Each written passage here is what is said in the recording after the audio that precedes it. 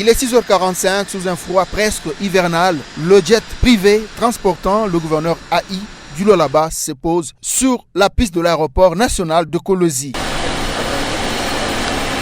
Membres du gouvernement, ceux du cabinet du gouverneur, membres du conseil provincial de sécurité et autres personnalités ont fait le déplacement ce jeudi 22 juillet 2021. Après 8 jours passés à Kinshasa pour raison d'état et de deuil de sa nièce, le gouverneur intérimaire est rentré dans sa province.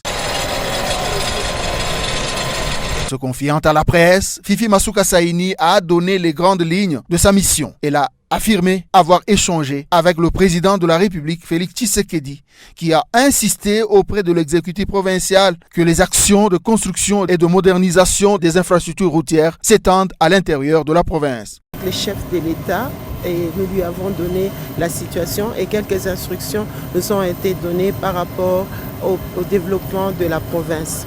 La femme numéro 1 de la province du Cobalt a fait aussi la restitution sur la rencontre avec le Premier ministre Sama Lukonde, à qui elle a fait part des résultats de collecte de fonds et produits de première nécessité organisés à Kolosi en faveur des sinistrés du volcan de Nyiragongo dans la province du Nord Kivu. C'est la fondation Denise Nyakeru Tshisekedi qui a été choisie pour tout acheminer auprès des bénéficiaires. Avec le Premier ministre, il a été question de lui donner la situation économique, la situation sociale, la situation sécuritaire de la province. C'est ce que nous lui avons donné et puis lui donner aussi les rapports sur la collecte de fonds que nous avons pu faire en faveur de la population de Goma, les sinistrés de Goma.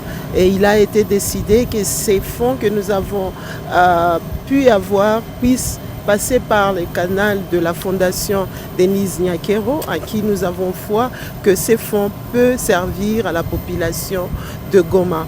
Au cours de son séjour dans la capitale, la chef de l'exécutif provincial a participé aux obsèques du cardinal Laurent Mosengo Passigna. L'autorité provinciale était également chez le vice-premier ministre, ministre de l'Intérieur, à qui elle a présenté la situation sécuritaire de sa juridiction. Masuka Saini Fifi a rencontré aussi le président du conseil d'administration de la RVA, avec qui elle a passé en revue l'évolution des travaux de construction du nouvel aérogare de Kolosi. La première citoyenne du Lualaba s'est aussi exprimée sur la situation de quelques jeunes Lualabais torturés dans une entreprise chinoise de Kolosi, dont la vidéo est devenue virale sur les réseaux sociaux. Qui étaient impliqués ont été détenus et ceux qui n'étaient pas impliqués ont été relâchés. Et aujourd'hui, il y aura une audience en flagrance que nous allons faire. Nous ne pouvons pas accepter qu'on vienne traiter nos enfants de telle sorte.